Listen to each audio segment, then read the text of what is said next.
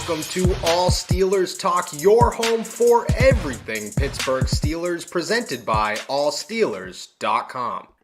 What is up, Steelers Nation? Thank you so much for jumping on to another episode of All Steelers Talk. Just me today, as Steven is enjoying a beach down in Florida, missing out on some absolutely lovely Pittsburgh weather the past couple of days. Meanwhile, the NFL draft is heating up, and we are getting very, very close. At this point, the Steelers are past pro days. The NFL Combine is a month behind us, and it is now pre-draft visit track season. Plenty to talk about. Meanwhile, today, the Steelers' big two that they have at the facility is Osiris Torrance, an offensive guard out of Florida, and Siaka Ika, a defensive tackle out of Baylor. This week, Deonte Banks, I think, stole the show as the big name coming in to the Southside facility. But we have plenty to discuss. I want to dive into a little theory I have on the Baltimore Ravens, maybe some issues on what I'm hearing about the Steelers' first-round pick, and of course, I want to answer all of your questions, so please toss them in the chat. As usual, I'm on here 30,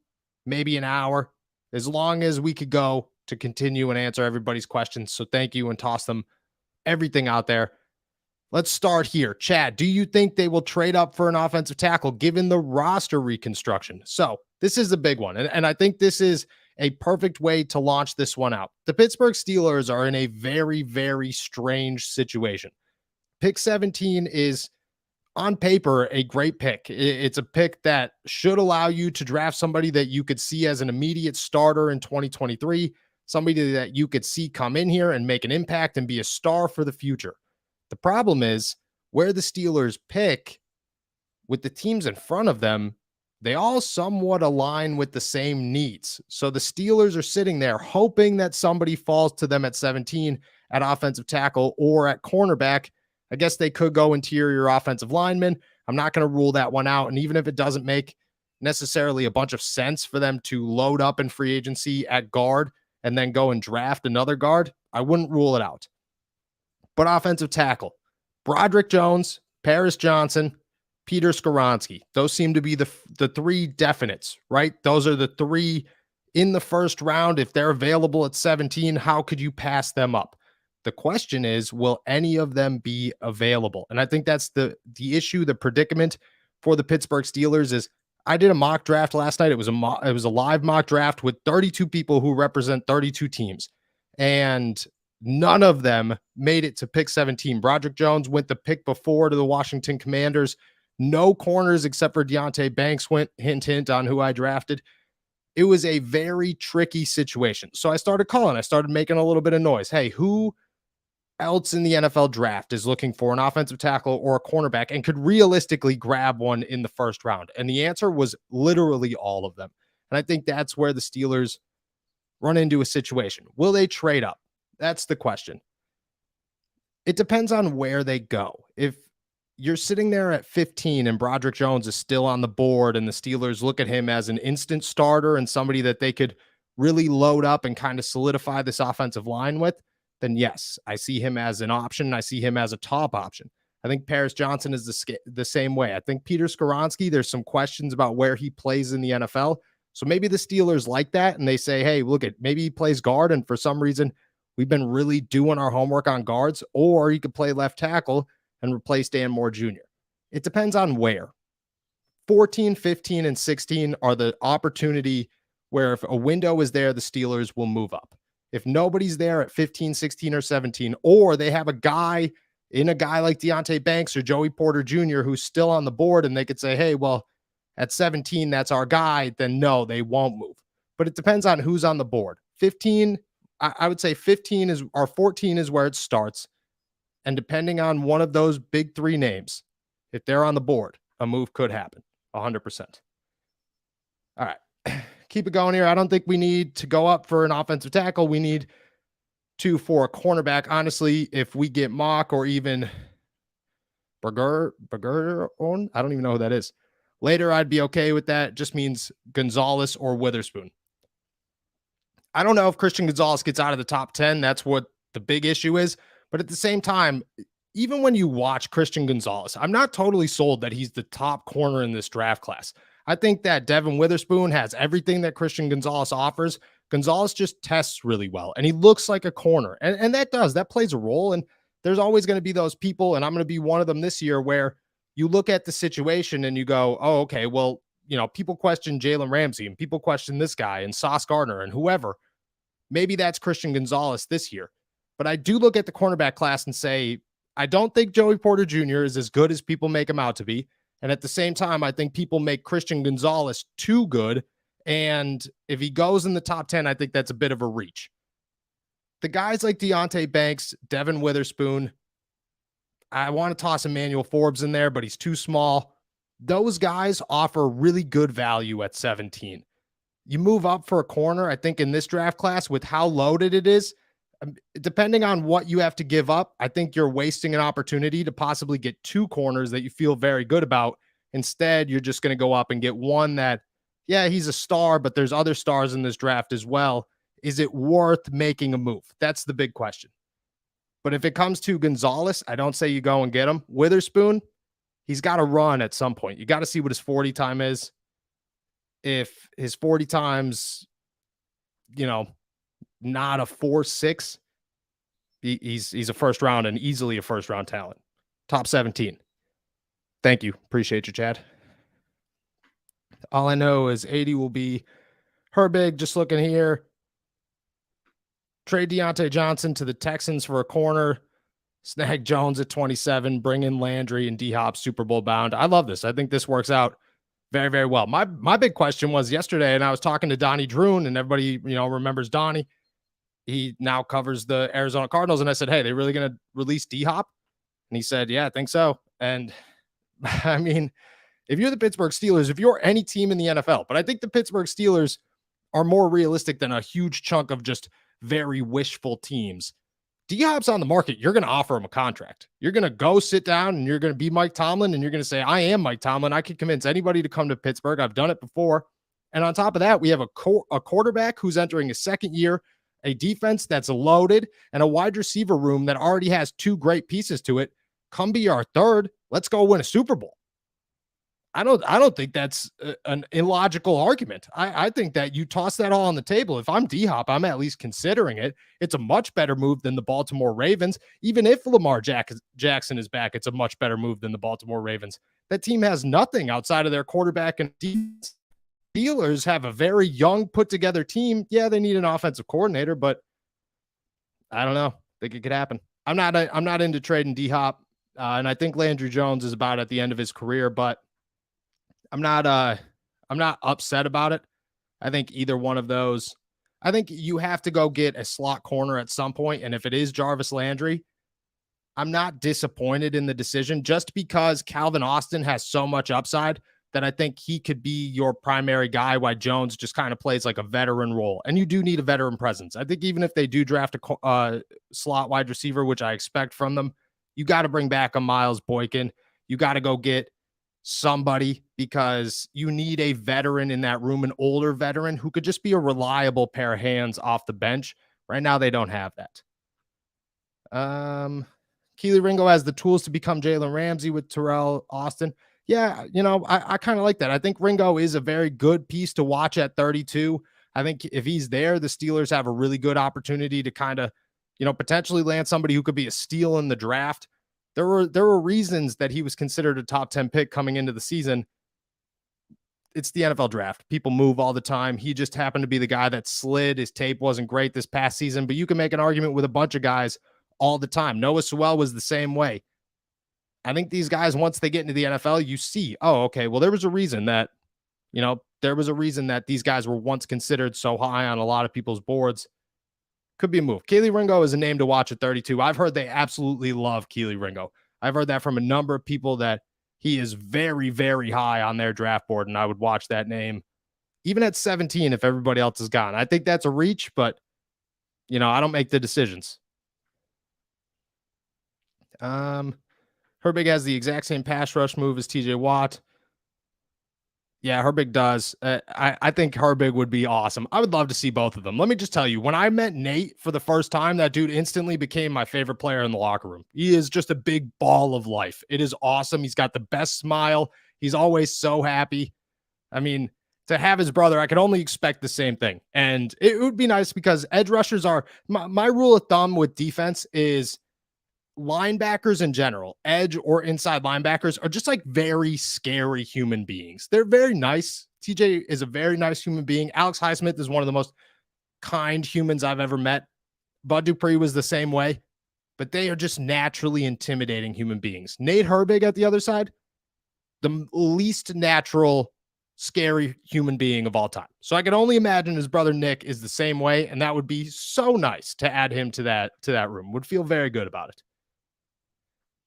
All right, it's got to be a move for Deontay for draft capital, draft a corner at 17, move up to 24, take Addison, and follow the blueprint the Bengals have laid out in front of us.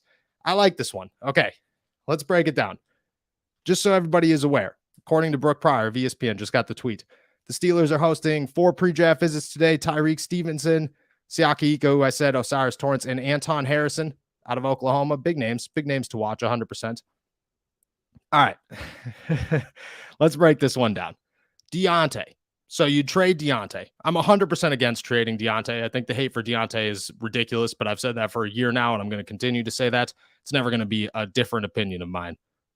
Trade Deontay for draft capital. So you're guessing that you're going to get the 27th or the 24th pick in the draft. So you take 17, you draft a corner, you take Addison at 24, who doesn't play the same position as Deontay, and then you follow the blueprint. I like Jordan Addison.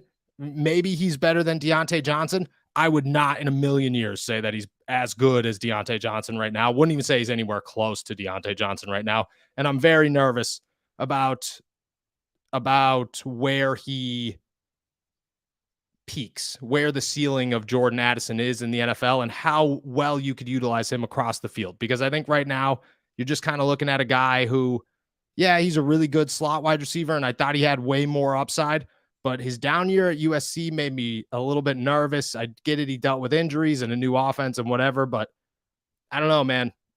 When he was coming out of Pitt, when he was leaving Pitt, I looked at this guy and I said, this is an absolute superstar. And I just don't see the same thing anymore, and that worries me. Keep your skills and the rookie contracts and keep them. Yeah, see, but I agree with you. I'm not trying to disagree with the argument here, so I want to make that very clear.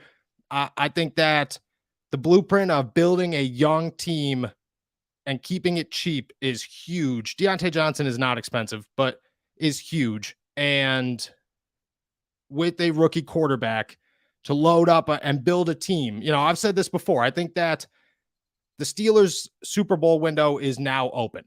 I think the Steelers Super Bowl window opens this season, and I don't think that they go to the Super Bowl this season, but the window opens this season, and it's open for the next 3 to 4 years. Within that next 3 to 4 years, the Pittsburgh Steelers can do literally anything they want, but the smart move is to build a team around Kenny Pickett that is here to stay with Kenny Pickett throughout that entire 4-year window. I think they've done that for the most part on offense. They have to do that. They have to finish it with the offensive line, and they have to add one more wide receiver that they feel very confident in. If they could do that, this team is built, at least the offense is built for that Super Bowl window. And I agree with you. That's exactly what the Bengals did. They built the team for their Super Bowl window, and now they have to figure out how to pay all of them. But I think that's very possible. The salary cap is a myth. And if you could do that, your window is open even longer. I agree. Blueprint's right there. Right there. Gervon Dexter out of Florida. When I was down at the NFL Combine, people told me straight up, this guy might be the best player in the draft. He's just got issues.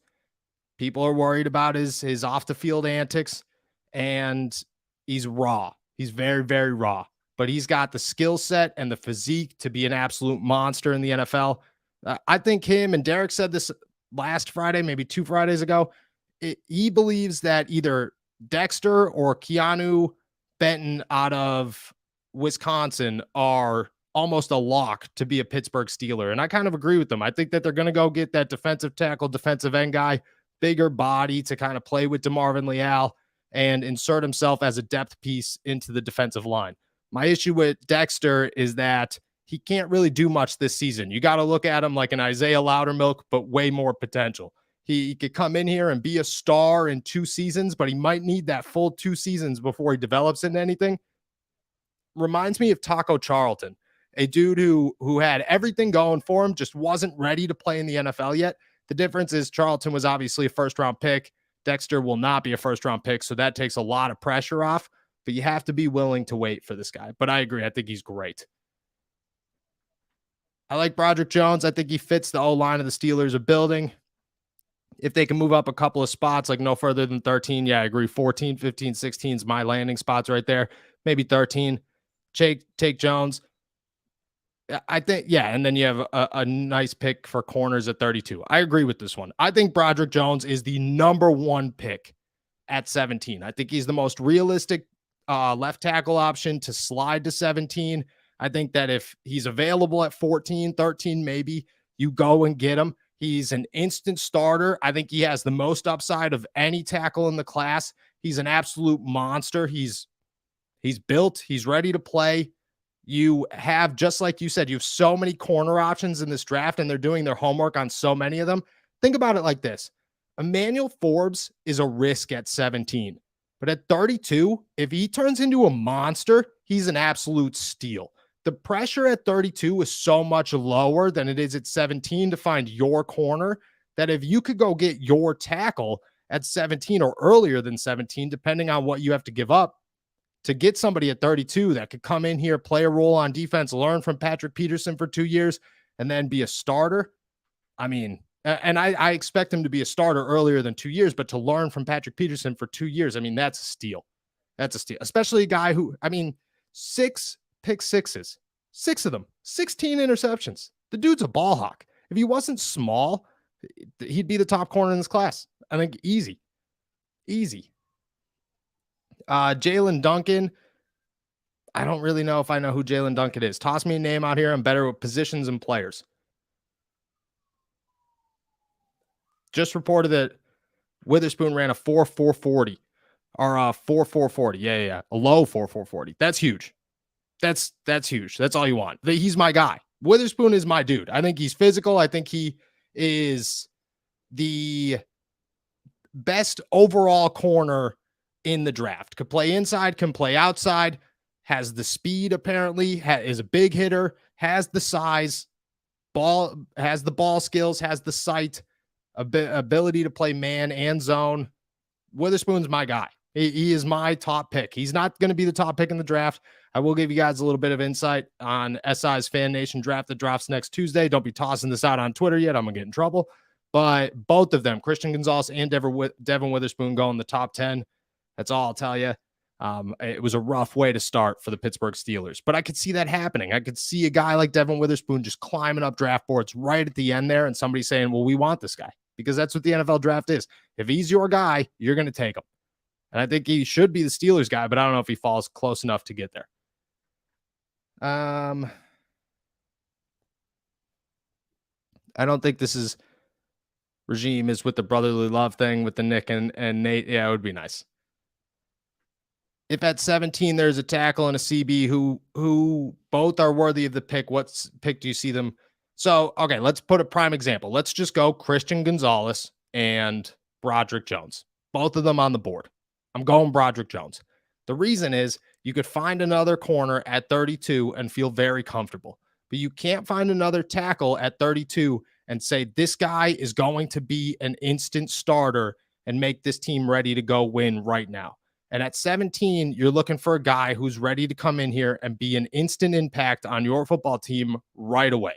That is the left tackle position. It's got to be one of the top 3. It's got to be Broderick Jones. It's got to be Paris Johnson, and it's got to be Peter Skoronski. If it's not one of those 3, even if it's Joey Porter Jr. and DeJuan Jones, Joey Porter Jr. is the pick. Devin Witherspoon, DeJuan Jones. Devin Witherspoon is the pick. Darnell Wright's another one. Joey Porter Jr., Devin Witherspoon are the pick. I think Wright's a great player. I think DeJuan Jones is never going to be a left tackle. He worries me, but Darnell Wright, I think, is a great player. I'm still don't see the value at 17 that I do in some of these corners. So I'm going tackle if it's one of the top 3. If it's not, I'm going corner. All right, going through here, running out of breath trying to talk to you guys. I appreciate you. Keep tossing your questions out here. All right. Given our prediction spot at 17, do you think It is worth falling out of a top 10 draft spot after the bye week to have a non-losing season to bolster KP8's confidence and growth. I love this one. So, the tank method. Okay, tank for whoever you were going to get in the top 10. If you are the Pittsburgh Steelers and you finished within the top 10 this season, I don't think it hurts you. I think that they would have looked at this offseason and felt really good about it. And I don't know how much confidence. I'm sure it was a lot that Kenny Pickett grew. But if we're being totally honest, if we're being real, and I know I'm going to get a lot of hate for this, and I'm not trying to say that Mitch Trubisky's a good quarterback, but I think the Pittsburgh Steelers would have ended up 9-8 either way. Because I think that Mike Tomlin and the offense, and especially the defense, would have clicked enough to put themselves in a position to win 8 games or 9 games. Do I think it would have been done in the same fashion? Do I think Kenny Pickett would have done all this? No, but I think at some point Matt Canada would have taken the leash off of Mitch Trubisky and said, "Hey, look it, man, just go play football." Because when he was the starter, when he came in for Baltimore and he threw all those interceptions, that's who Mitch Trubisky is. But if you're going to throw all those interceptions, chances are you're going to make some plays too. And yeah, he's going to lose you some games, but at the same time, he's probably going to win you some games too. And I just think that things would have worked out either way. I don't think they would have ended up in the top 10. It would have been nice to see what happened if they were in the top 10.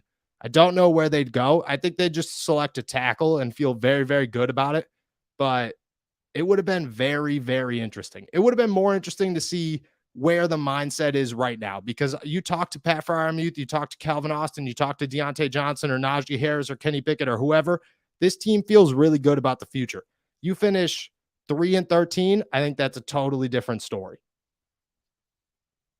I think my plan is, no, dude, that's the world's tallest bamboo plant.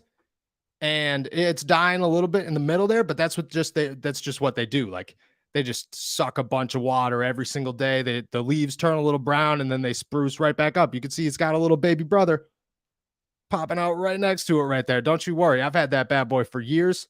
It is my favorite plant in a house full of plants. And it's going to be fine. It'll be here forever. Don't you worry. Don't you worry. I appreciate you, though. Put down the pick glasses. I don't know where we're going with this one, but if we're talking Kalijah Kancey, maybe. The plant needs to run to the shower to get wet. The plant's doing well. I'm telling you guys. All right, I'm going to find some questions here for you. This is a good one. They need to figure out how to get consistent run game. Harris needs to be more productive. I agree. I think Najee Harris is very good. I don't know how good he is. I don't know if he's a superstar running back, but I know he's a starter quality running back. And I think Jaylen Warren is a very, very good running back too. The thing with Najee is the beginning of the season hurt him. And I'm excited to see what this season does, because I think it's different. It's a totally different landscape for this guy. He comes into season 3, offensive line that he trusts, quarterback that he trusts, backup running back that's capable to take on some of the load. He came into season 2 coming off the worst offensive line play he's ever run behind, and he was very open about that, which is very difficult to tell yourself, hey, I have to trust the guys in front of me, when last year for 17 games, 18 games, you couldn't trust a soul that was blocking for you. You had to run straight into a pile of defenders and hope to pull 5 yards out every single time. It had to be awful, absolutely awful. The mentals when it came to that could not have been good.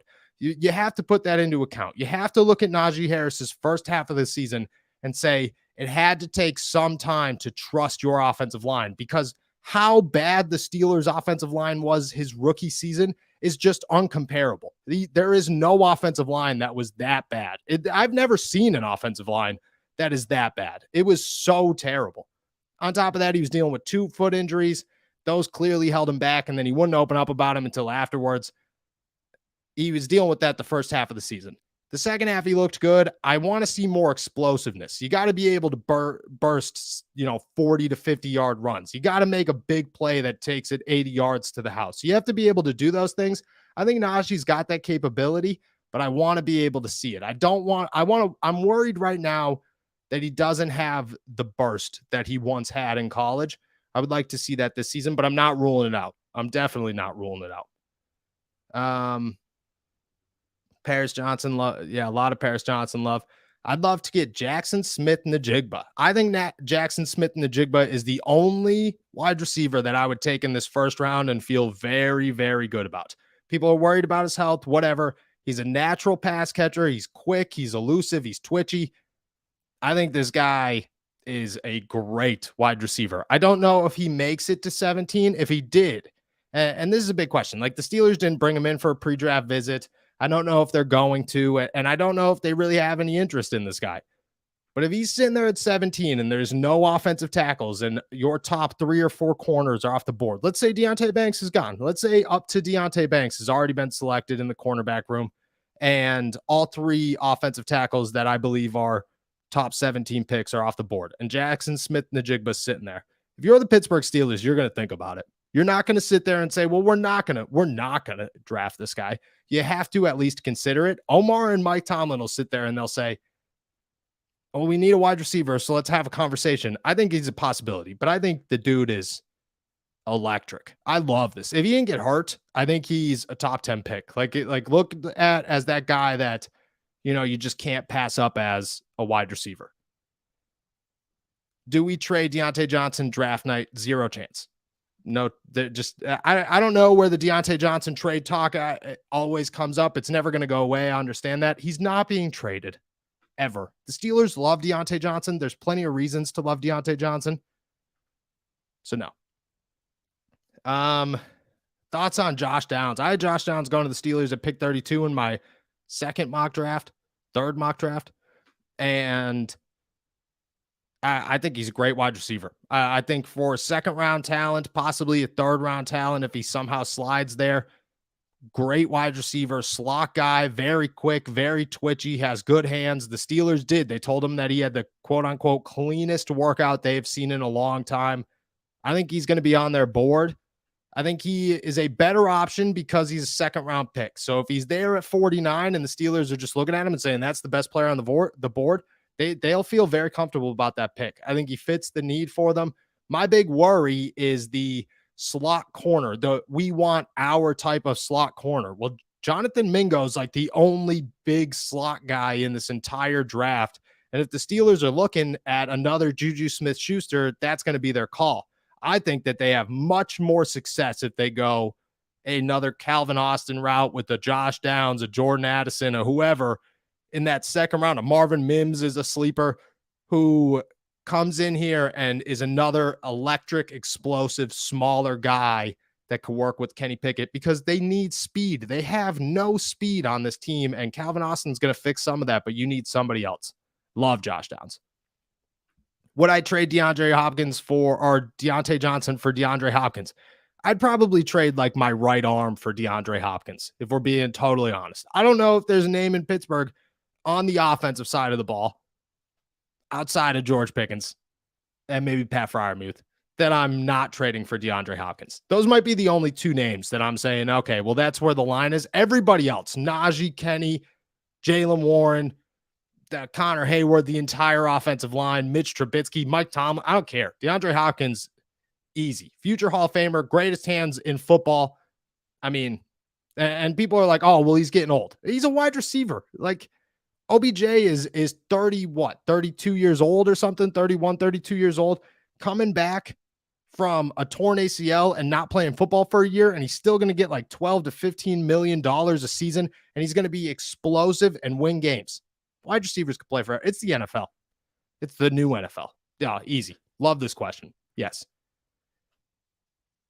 Also, I don't know if he's got an ego. I don't know if Deontay or if D-Hop has he's got his issues. He talks a lot, but I was just talking to somebody the other day because we were comparing the differences between covering hockey and covering football. And the big thing is, dude, football players will make a headline. They have no issues making a headline for themselves. They won't say anything to make a headline in the locker room, but on Twitter, on social media, and podcasts, they will make a headline and they could care less. That's the entire NFL. And it's only going to get more and more and more as we get more into the social media age. But I think that's the big thing, like why Deontay Johnson is so valuable and people just come up with drama for him is, yeah, he sends out a cryptic tweet every once in a while, but he's a wide receiver. So every single one of them do that. They get a handbook when they come into the NFL, I'm almost certain. And he doesn't do anything else to cause drama. The guy is drama free. I mean, he fought the quarterback in the locker room at halftime of the Jets game, and we didn't hear about it until a month later, and then he owned up to it. That, my friend, is a drama-free football player. That's why Deontay Johnson is awesome. Well, look who it is. Good old Donnie Drune hiding behind the All Cardinals YouTube account. Everybody go give him a follow, please. Would appreciate that. Everybody talks about people rising through the draft process, but who is one person that you think has lost momentum with the Steelers through this draft cycle? The easy answer, I think, is Jordan Addison. I don't think that he's on their radar anymore. I made an argument with them not going to his pro day about how that didn't mean anything, and I don't think it did mean anything. But the fact that they didn't bring him in for a pre-draft visit makes me a little bit nervous. Yeah, they saw what they needed to see at Pitt. I agree with that one. Still would have liked to see them bring him in for a pre-draft visit. This isn't a Kenny Pickett situation where they could just go hang out with them next door. Like, they still have to be able to get one final look at this guy. Jordan Addison, I believe, has fallen off their draft board. Now, I've been wrong before. I will be wrong again. And if they draft Jordan Addison, well, I was wrong. It is what it is. But I think Jordan Addison is the answer there. Kenny Pickett not getting 3 concussions next year. 100% agree with this one. 100% agree. Jalen Reed out of Michigan State. Love Jalen Reed. Big physical guy. I think he's more of an outside option. Could play the slot, no doubt. Love that guy. I think Jalen Reed is a very good option in the 2nd or 3rd round as well. He's going to be on their radar. Those 2nd, 3rd round wide receivers, and I wish I had a full list ready for you guys, would be the names that I watch at the wide receiver market. Now, Jackson Smith-Njigba, if he falls to them at 17, like I said, sometimes a player is just too hard to pass up. But if a guy like Jalen Reed falls to the Steelers at 49 or 80, that's a steal because that dude's got all the weapons. He's a very good football player. Some of these guys will be there at 120. I just think that, all those mid-round, 2nd to 4th round wide receivers are just, that's the hunting ground for the Pittsburgh Steelers when it comes to finding a wideout. But I really like Jalen Reed as well. He's a bigger guy. Trenton Simpson or Jack Campbell. Jack Campbell all day. I will say this. If I was the Pittsburgh Steelers and I was sitting there and I could tell you who I believe they would pick, I believe it'd be Trenton Simpson. Jack Campbell's a physical dude. I think he's a perfect fit for the Pittsburgh Steelers. He's athletic. He's not super athletic, but he's a thumper. I think Cole Holcomb is here to be that 3-down pass coverage linebacker. I think they still have some high hopes in Mark Robinson as well, but they're going to add another inside linebacker. Trenton Simpson, what the value here for him is he's extremely athletic. He could play coverage. He could play rover. He could play off the edge. I think the Steelers are intrigued by that and view him kind of like a Micah Parsons type of, this is an outside linebacker, but he's probably going to blitz the quarterback a lot. Maybe he'll play some spy. He's faster than anybody on the football field. I think they look at him like that. But I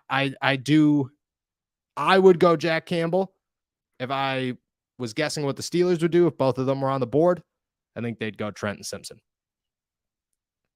Here we go. D-Hop's got a lot of gas left. This is what I'm telling you. D-Hop's the dude. Pickens and Hop. Yeah, it's true.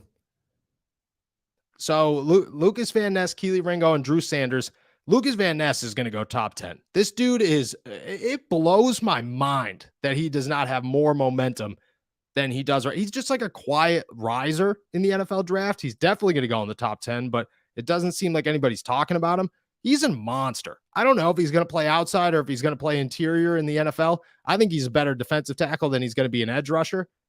But he's built beyond built. He's huge. He's fast. He's physical. He's got great tape. He's got great hands. He's explosive. I mean, the guy he is a very, very good athlete. If he fell to 17 and the Steelers didn't draft him, I'd say, I don't care who else is on the board, unless it's one of those top 3 tackles. You take Lucas Van Ness over them. But I think they have the same agreement as me. Drew Sanders, I think, is good. He's a developmental piece. He can't tackle. He's very bad at tackling. Derek pointed that out to me a couple weeks ago, and I did my homework on it, and I was like, ooh, yikes. This guy's not very good. Keely Ringo, I think, he's a developmental piece with a lot of upside, and I agree with you. I think that's a good pick at 32. Can you do a mock of who you think goes in the first 15, 16 picks? We will. How about this? We'll set something up, me and Steven or me and Derek, and we'll lay out our Steelers big board. We'll do something like that, where the Steelers every single year, they sit down, Omar Khan, all the scouts, Art Rooney and Mike Tomlin, and they say, this is who we believe was going to go number one. This is who we believe is going to go number two. And then they also do, if we were number one, who would we pick? If we were number two, who would we pick? And that's how they lay out their draft board. So we could, we'll do something like that. I don't have all 16 in front of me right now. I also miss Donnie, so I feel you there, Bubba. I feel you there. Jalen Hyatt is a very, very interesting name. Deep threat, a lot of speed. I don't know if he fits Kenny Pickett's style of quarterback play, but I think he's going to be there at 17. I think he might be there at 32, and that would be that. I mean, that's just a fast wide receiver. Very, very fast wide receiver. Solves an instant need. Again, can Kenny Pickett sling it 50, 60 yards down the field consistently? I don't know, but it'd be nice to find out. It would definitely be nice to find out. Could they make Trenton Simpson a hybrid, some safety, some linebacker like Arizona did with Isaiah Simmons? I think they could, and I think that they would look at that kind of like a Keanu Neal, but they have Keanu Neal, and Keanu Neal's only 27, so there's still some time left with him. The other part of that is like the Cardinals still don't really know what they're doing with Isaiah Simmons. Like, you ever watch a Cardinals game, it's where is Isaiah Simmons? What is he doing? He kind of disappears from time to time. I think it works, and I think hypothetically it's a great idea, but I think on the field it messes with some people. Keanu Neal made it clear this offseason. I was watching an interview somewhere where he said how excited he is to move back to safety from inside linebacker because that's just a different game. Now I could see him playing a box, and maybe Trenton Simpson doing that. But I think if it was going to be a hybrid, it would be more of an inside linebacker, outside linebacker hybrid where you utilize him to get to the quarterback and just add a bunch of speed off the edge while also being able to drop into coverage from the line of scrimmage and just provide a bunch of options. I think the closer to the offensive line he is, the better he is as a player. And that hybrid, I think, works a little bit better. But that's what I'm trying to say is like your thought right there with the hybrid of Trenton Simpson is what intrigues the Pittsburgh Steelers so much about him, is that he has versatility. He is a chess piece, and the Steelers want a chess piece. What positions would you double up in this draft? Oh, it's definitely corner. It's 100% corner. You go corner at 17, you come back and you get one. Hey, if they did it and they went, we're getting Joey Porter Jr. or Devin Witherspoon at 17, and then Emmanuel Forbes is sitting there at 32, and they're saying, well, we're going to get him too. I think that's a great move. Like, I don't think that's an issue whatsoever. You look at the Pittsburgh Steelers and what their needs are right now. They're very limited. They need a lot of depth, and they need a left tackle and a cornerback. Go get two cornerbacks, not worry about Levi Wallace's future with the team. Maybe one of them becomes a slot guy. Learn from Patrick Peterson for 2 years. Get rid of Akello Witherspoon. I just think a corner is easy, and it would be great. Just a great double dip for the Pittsburgh Steelers. Who is the number 3 QB? This is a great question. Thank you for tossing this out there. A little variety. Appreciate this one. QB 3. Oladokin again. Go get Oladokin again. I don't know if Oladokin would ever want to come back to the Pittsburgh Steelers after what they did to him last year. I feel bad for Chris. He's a really good guy. The Steelers had no idea what they were doing with him. I don't know what that was the most wasted 7th round pick I've ever seen. I'm like, it's a 7th round pick. I get it. A wasted pick. Late round QB or an XFL QB. I think an XFL QB would be very interesting. Oladokin, I would rule out. A late round quarterback. They just bring in the quarterback from Houston. I forget his name for pre-draft visit. I think a late round quarterback is probably their best option here. One in the 7th round or even an undrafted guy. They want somebody to come in, be a practice squatter, apply some speed. I think that's the big thing, is to allow somebody to be a scout team quarterback who could imitate a Lamar Jackson, a Deshaun Watson, whoever they play this season that is just a runner, and be able to also develop into possibly a backup quarterback after Mitch Trubisky leaves next season. That's probably their approach to the game plan here. An XFL quarterback, my worry there is if I'm an XFL quarterback and I'm a third string in Pittsburgh, I'm going back to the XFL next spring. I don't know how the NFL and the XFL are going to handle that. That's my big what if with the spring football in general, is you just don't know how that's going to work out. But I do think that a late round draft quarterback would be interesting, worth it, and something that if I was going that route, or if I was looking for a third quarterback, that would be the route I'd take if I was the Pittsburgh Steelers. I appreciate that one. Chris is my dog. Hopefully we will have him on again soon, working on a couple of guys, if we're being honest. Toss a couple of names out there. Alan Saunders is a big one. But we're working on some guys to get in, talk to us a little bit. Bad take. Don't know what I did there, but that's okay. How good do you think George Pickens will be this year? Oh, I think George Pickens is going to be an absolute monster this season. An absolute monster. Now, that being said, he's going to get double teamed a hell of a lot more in Pittsburgh, and they have to take the necessary steps to elude teams from doing that. George Pickens has a target on his back after what he did last season, especially late in the year, and who he is as a player and his abilities. Deontay Johnson is always going to have attention. You're always going to have somebody on Deontay Johnson. He's the most open wide receiver in football. Calvin Austin does not have a name for himself right now, and opposing teams are just going to look at him as such. This guy is a nobody in the NFL. Yeah, he's pretty good, but he's a nobody in the NFL.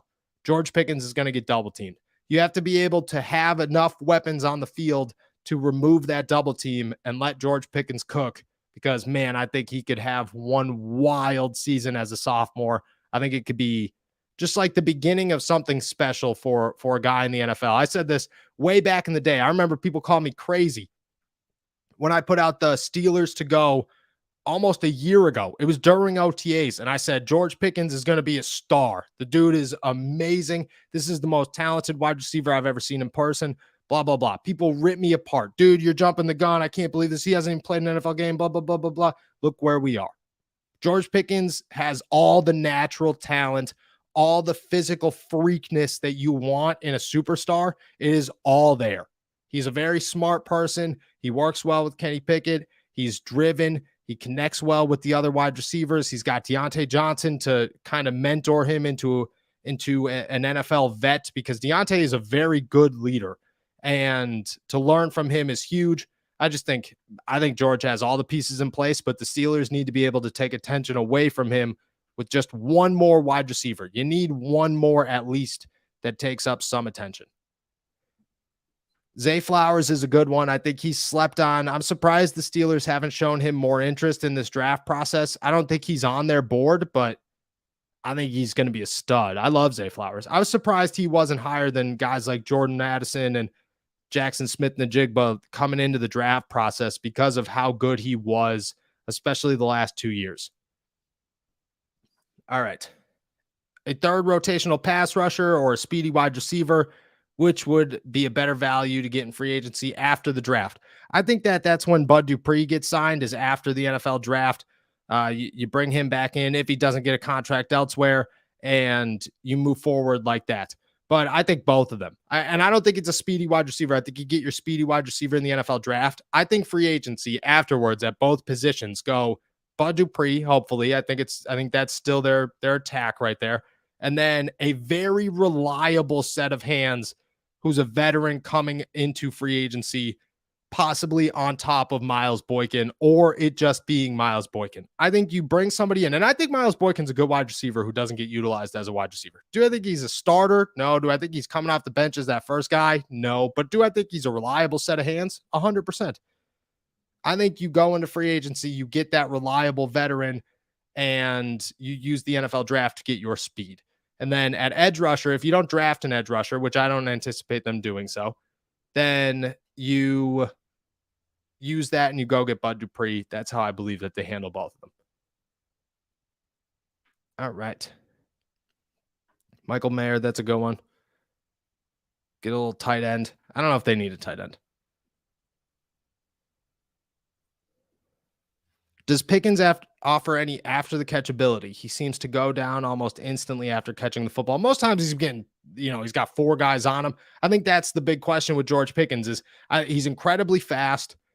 He does have the ability to break away from guys. We've seen that in small sample sizes, but he's a contested catch machine. I don't think this even goes to George Pickens. This is a knock on Matt Canada. Matt Canada cannot for the life of him draw guys open enough to create after the catch ability.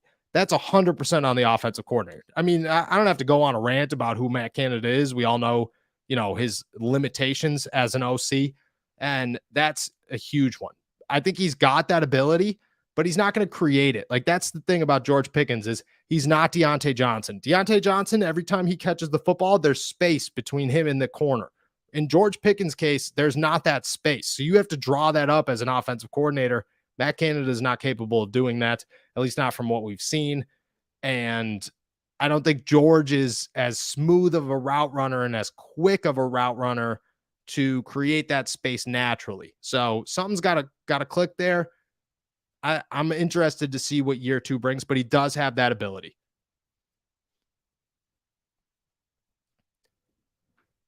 So just to go off of these guys, tackles in the 3rd and 4th round, Cody Mock, who I think a lot of people are considering moving into a guard in the NFL. I mean, dude, he's a monster. And I love the first time I ever talked to him was at the Senior Bowl this year, and he smiled and shook my hand, and he's missing like 4 front teeth. And I was like, you, my friend, would fit so well in the city of Pittsburgh. You just scream Yinzer, bro. You got the long hair. You just don't care. The belly was out. It was beautiful. It was a beautiful man. I think he is definitely an option later in the draft. The Steelers bringing him in was very interesting. They'll be looking, they'll have their eyes set on if we don't get a tackle in the 1st round at 32, who's available, because they'll be looking at a number of positions. If they believe that there's a position of value over an offensive tackle there, then you get into guys like Cody Mock and Freeland and Duncan, who you could make a name for and make a case for. And I think they will all be on the Steelers' radar, but I think Cody Mock is the guy that leads that list right now. Would be really nice to see Calvin Austin and Anthony Miller contribute this offseason, coming back from injuries 100%. I think Calvin Austin's got a solidified spot. I think Anthony Miller's got to work for his. He's getting older. He's like 28 years old at this point.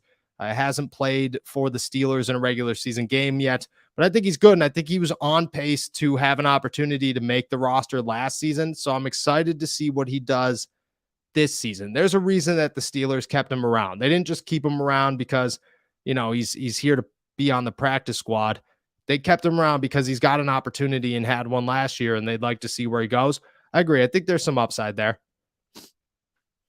What are the chances the Steelers take Broderick Jones at 17 and Darnell Wright at 32 to play smash mouth, punish you running football down your throat on offense? I think that's a very slim chance. I love the thought here. I think that the thought is a good one. And if we were playing Madden, I would 100% go this route because I'm a smash mouth Madden football player. 4 yards every run is a win. But Darnell Washington, excuse me. Not Darnell Wright. Let's just do a little backup here. Let's do this again. What are the chances the Steelers take Broderick Jones at 17 and Darnell Washington at 32 to play smash mouth, punish you, run down your throat on offense? I still think it's slim just because the Steelers haven't shown a ton of interest in Darnell Washington or really any of the tight end class, but I would love the concept. My big question is, what do they do with that 3rd wide receiver? I think it's that 3rd tight end. I think it's a later round draft pick. And I look at the situation with Zach Gentry, Connor Hayward, and Pat Freiermuth and say, okay, well, Pat Freiermuth's the starter, but he's mostly a pass catcher. Zach Gentry's here to be a blocker, but he's not really the best blocker. I think he's getting better with every year, but he's not. If you could take him off the field, you're going to do so. And then Connor Hayward, I see as a tweener with the slot, maybe an off-ball tight end, but you're not going to line this guy up across from TJ Watt or, whoever and say, go block him. Good luck. It's just not going to work out in your favor. Maybe a fullback. I think he's the reason. And I wrote this the other day that they haven't re-signed Derek Watt, and maybe they won't re-sign Derek Watt. I think Connor Hayward could kind of just fill all those roles.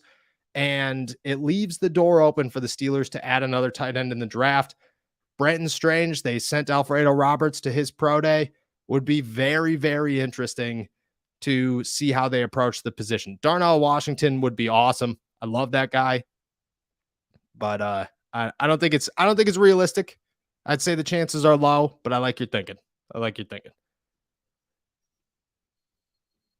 Exactly. We need some Heath Miller, a good old reliable tight end. The New England Patriots dominated the NFL for years, so why not go all out with Michael Mayer? See, like I like the concept. I like the thought of thinking if we were building a football team on this YouTube channel, I'd be all about that life.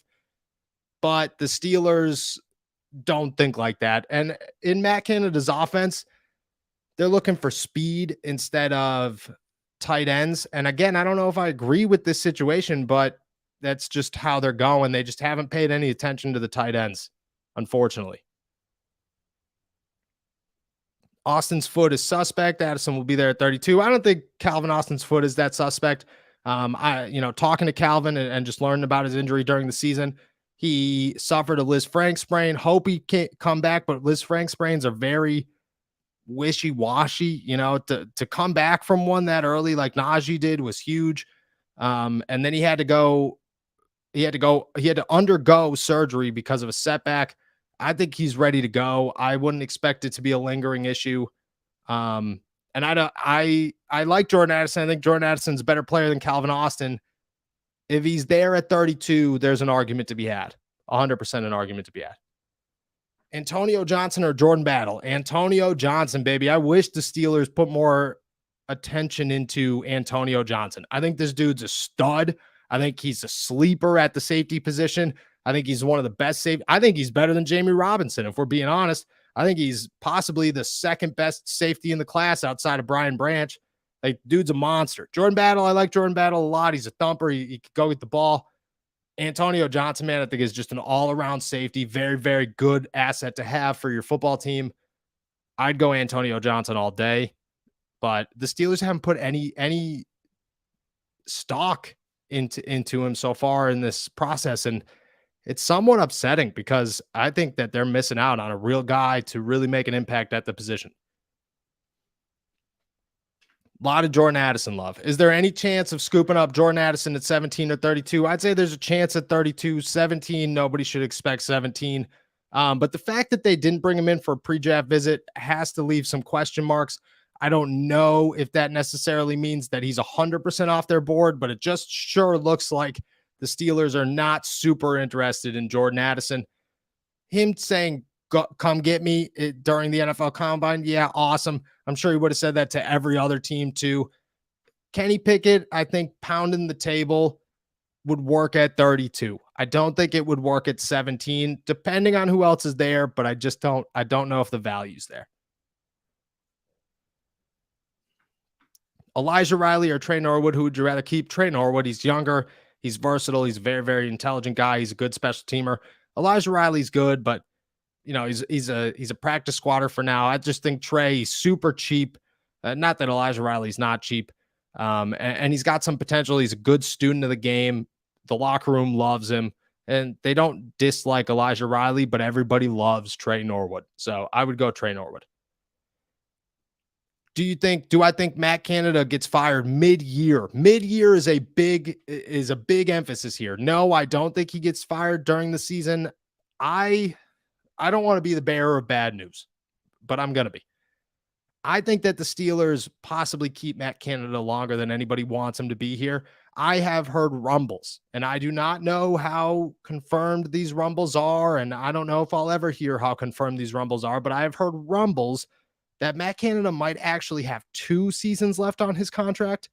And if that's the case, then he's probably going to be here the next 2 years. That stinks. And if the Steelers are good, think about it. If the Steelers are good and they go 10-7 this season or 11-6, and the offense looks a little bit better, but you could all tell that, and we will be able to tell that it's the players getting it done and it's not Matt Canada, then yeah, Matt Canada should still probably not have a job, but the Steelers will keep him around because that's what they do. And It's a bash on Mike Tomlin. It's a huge bash to Art Rooney and his style of ownership. But unfortunately, I think Canada's here for a while. I feel like the net average was decent, but punting was still an inconsistent last year. And he looks at more consistent punters. I would be surprised if the Steelers didn't bring a punter in during training camp. I was surprised that they didn't bring one in last year to compete with Presley Harvin, even though I understood that they were being, good people and Harvin went through a lot. I like Presley Harvin. I think he's got a good leg on him. I think he's a good person. He's got an insane sneaker collection. It's wild how crazy his sneaker collection is, and his cars are wild too. Dude's just like, dude's just a dude. But it was inconsistent, and there were bad times for Presley Harvin last year. And I think that the Steelers will bring somebody in during the summer to compete with him, probably an undrafted rookie or somebody, and he'll compete with Presley Harvin. Would be surprised if they didn't. Doesn't mean that Presley Harvin isn't gonna make the team, but they'll give a look at somebody. How do I feel about the newly hired offensive assistant? Colin, my man, thank you very much. Been waiting for this question. I think Glenn Thomas is a great hire by the Pittsburgh Steelers. I was all on board with the Byron Leftwich thing, but only because it was Byron Leftwich, and I thought it would be cool to cover Byron Leftwich and see how he interpreted himself or incorporated himself into the offense and so on and so forth. But I think Glenn Thomas is a better hire. I think Glenn Thomas has the perfect resume that you're looking for. He's always succeeded. Everywhere he's went, he's succeeded. He turned Charlie Brewer into one of the best quarterbacks in Baylor history. He took Temple as an offensive coach there. I think he was a quarterback's coach there. Then he moved to offensive coordinator, back-to-back 10-win seasons, helped develop Matt Ryan. Like, the guy has a long list of successful offenses and successful quarterbacks that come with him to the Steelers. It is the perfect situation to say, hey, go work with Kenny Pickett, go work with whoever else we bring in here. This was a good hire. I don't know what his role is. Like, for anybody who's like, oh, well, he's going to overstep Matt Canada, or, he's going to have a huge role in play calling or whatever. Chances are he's not. He's just going to help the development of people. But I love the hire. All right, just going through here. Peasy Jr. trade up to 12 to 15. See, I think that going after Peasy, going after Joey Porter Jr. at 17 makes a lot of sense for the Steelers. I do not think they're willing to trade up for a corner. There's just too many of them in this draft class, and they're doing their homework on way too many of them that will be there at 17 to say that he's going to go get them.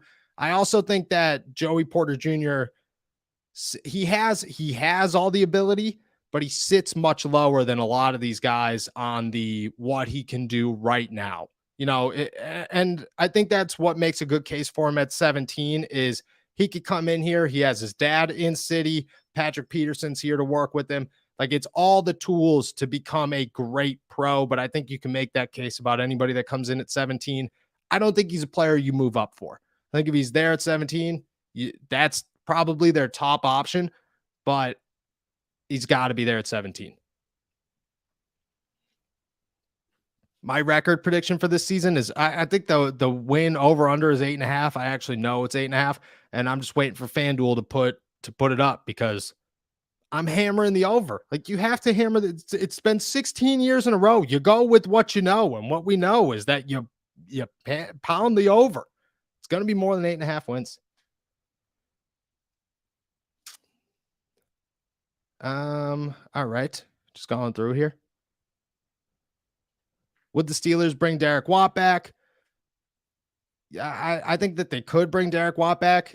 I think at this point it'd be a little bit surprising to bring Derek Watt back. I don't know, unless it's on a vet minimum, but he had a role last season. I don't think that role can't be replaced by Connor Hayward. And just like I was talking about earlier, I think Connor Hayward comes into this season and is looked at more of a tweener, slot, halfback, fullback type guy to kind of play that whole role. So I don't think Derek Watt comes back now. Do I expect more from Deontay Johnson this year? Yeah, 100%. And I think that just goes with everything else. I expect more from Kenny Pickett. I expect more from the offensive line. I expect more from Najee Harris. I expect more from George Pickens. I naturally expect everybody to improve this season on the offense. And Deontay Johnson, yeah, he's got his drop issues, and I'm not gonna overlook those. But Deontay Johnson's the most open wide receiver in football statistically, and you need a quarterback that could throw to you when you're open. And Kenny Pickett wasn't confident enough to do that until the end of the season. I expect that to be a thing this year where they work way better together. And I expect Deontay to be back over the 1,000 yards, couple of touchdowns radar that he was the year before. A lot of Haley and Ben talk here. Not a fan of bringing back Haley, but hey, man, if we're gonna write up plays on a napkin in a bar, I'm all about it. I'm all about it. What defensive lineman do you think the Steelers go after in the draft? We talked earlier, but I think Gervon Dexter is a huge name. Keanu Benton's a really good name to follow. They just brought in Siaki Ika out of Baylor today. That's definitely a name to follow. They're the big guys. The way I look at defensive linemen for the Pittsburgh Steelers is you need a nose tackle now and a defensive tackle later. Javon Hargrave, perfect example. Nose tackle now, defensive tackle later. That's who the Pittsburgh Steelers will approach. The good thing about this NFL draft is that is almost all of the defensive linemen. All the interior defensive linemen could play nose tackle and defensive tackle. Some of them are just strictly defensive ends like Gervon Dexter, but a lot of them are those bigger guys. Those guys will slide down draft boards because there's only a certain amount of teams that really want to add a nose tackle to their defense immediately or with a certain number of picks. The Steelers are going to get their pickings in the second, maybe third round. Those three names would be names that I would put very, very high on their list with 49 and with 80. Any chance the Steelers get Jackson Smith-Njigba? We talked about this earlier, so definitely go check it out, but I'll give you a little bit of a rundown. I don't think that they get him, but I do think that if he's sitting there at 17, there's a conversation to be had. They just haven't done enough homework on him. They went to his pro day, but they weren't worried about him at his pro day. They don't want a wide receiver at 17, I don't believe. I think that they have their eyes set on offensive tackle or at corner, and I don't think there's any chance he slides past 17. But if he's sitting there, I think there's a conversation to be had, and I think that they'll have it, no doubt. Who do you think the biggest talent to slide in this year's draft will be? That's a good one. This is a very good question. I think it's going to be Bijan Robinson. Obviously, like running backs don't get drafted high, but I think this dude is better than Saquon Barkley, better than Zeke. This guy's a monster. He's been a monster for years. I remember watching Bijan highlights from high school and just being like, I can't wait till he gets to the league because this guy's going to be insane. He'll slide. If he doesn't go to Philly at 10, which I don't think he's going to, I think there's a chance he makes it possibly like 20, 22 maybe. But he's a big name. I think he's the obvious one. Jalen Carter's going to slide to the bottom of the top 10. He worries me. Broderick Jones, I think, is the offensive tackle that's going to slide close to 17, and I think he's a top 10 worthy pick. Those are a lot of names to watch. But Bijan Robinson, far above the rest of that pack right there. A lot of argument about Todd Haley and Big Ben, man. Living in the past. Do you think that the Steelers ever bring back the block numbers full time? I do not, but I would love to see the block numbers a couple of times a season. Switch it up. I'm all for them. I think the block numbers are gorgeous. I think all of that stuff is gorgeous. The Steelers are a team that outside of the Bumblebees has just absolutely smoked. I don't know if you guys saw my cat's tail right there, but he came up to say hi. Who have absolutely smoked the alternative jersey selections over the years and would love to see more of it. No doubt. All right. Answering a couple more here before I head out for you guys. I got to go do a couple more. Actually, I think we're all caught up. Drafting a wide receiver at 17 would be a bad message for Steelers wide receivers that are already under contract. I'm going to touch on this one and then I'll head out, but I don't think that, actually another one. We'll go another one after this one. I don't think that drafting a wide receiver at 17 sends a message necessarily because there's still a hole at wide receiver that still needs to be filled. The Steelers don't have a slot guy. It's Calvin Austin as of right now. But, if Kevin Dotson had to prove himself against Rashad Coward a couple of years ago, who never ended up making the team, Calvin Austin's got to prove himself against somebody. I think that if you drafted somebody at 17, you're just saying, well, we need weapons for Kenny Pickett. Art Rooney literally lied to my face during the end of the year media session because I was sitting at a table with him. I asked the question. I said, hey, you have your franchise quarterback.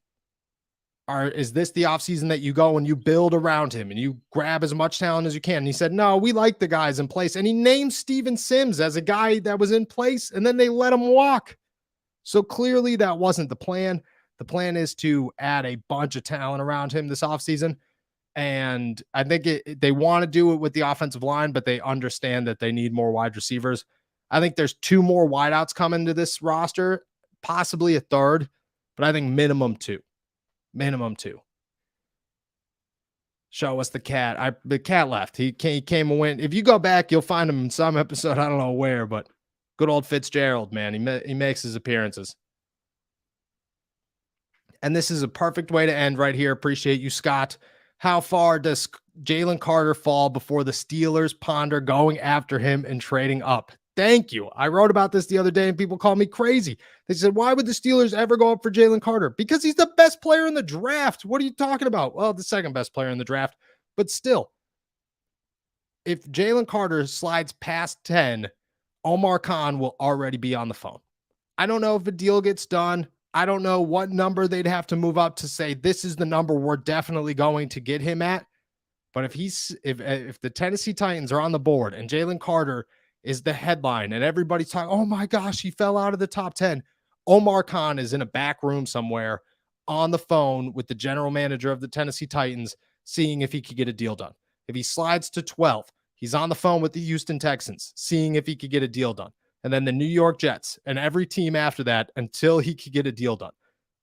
All it's got to take is him sliding out of the top 10. They won't go up into the top 10 because at that point, you're just going to give up too much. But the difference between trading up to 10 and trading up to 11 is significant.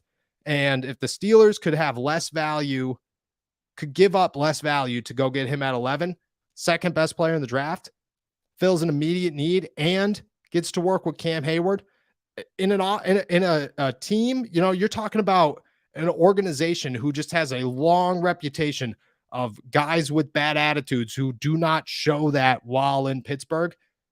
I mean, for a dude who has all these troubles and all these off the field concerns, 11.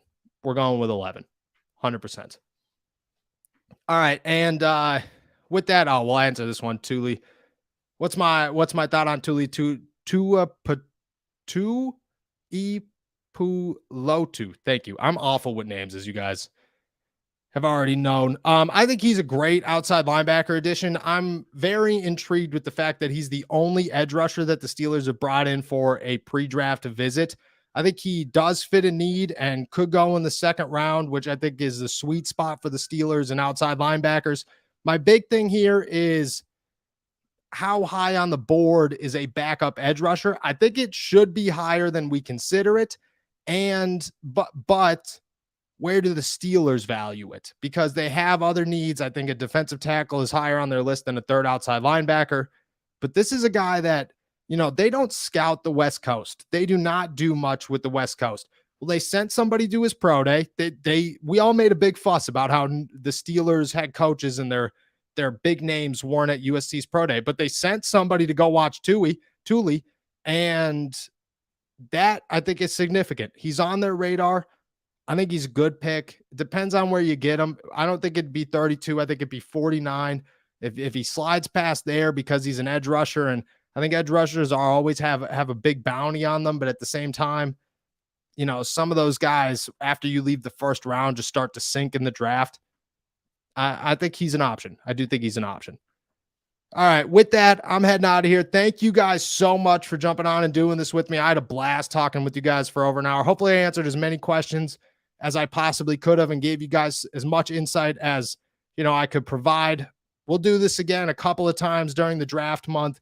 We got 3 weeks before draft night, and then we'll obviously have our day of the draft show to break down everything that we knew Make sure to go subscribe to us on YouTube, youtube.com/All Steelers Talk. Check out the podcast anywhere you get your podcasts, and like this video. Do us a solid, share it on Twitter, Facebook, wherever you go on social media. I will be back on Friday with Derek. My to-goes will obviously be posted tomorrow and Friday as well. Enjoy an absolutely beautiful week here in Pittsburgh. Peace.